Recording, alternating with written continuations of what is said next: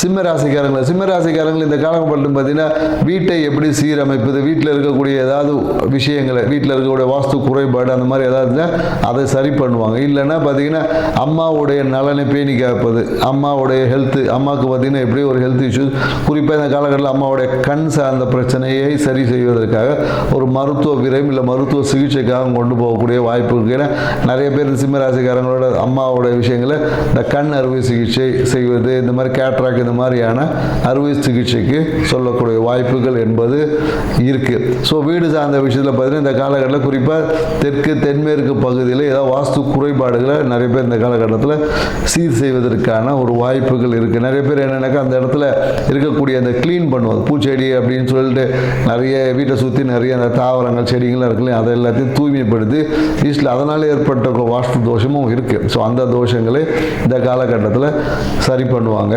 So மேலும் இந்த காலம் என்னன்னாக்கா திடீர், அதாவது எதிர்பார்க்காத நிகழ்வு வழியாக பணம் வரவு இருக்குது. திடீர் அதிர்ஷ்டம் போல் வந்து ஏதோ ஒரு விஷயத்தின் வழியாக உங்களுடைய பாக்கெட்டை நிரப்போம். லாபம் என்பது இந்த காலகட்டத்தில் அதிகமாக இருக்கும். அதே போல் வந்த லாபம் வந்த ஜெட் வேகத்தில் ஏதோ ஒரு மனம் விரும்பிய விஷயங்கள் கூட இருக்க நெய்பர் கொடுப்பாங்க, இல்லை குழந்தைகளுக்காக செலவு பண்ணுவாங்க. அப்படி இல்லைன்னா பார்த்தீங்கன்னா வாழ்க்கை துணைக்கு கணவனை மனைவி அப்படின்னு கொடுப்பாங்க, இல்லை நண்பர்களோட கொடுப்பாங்க.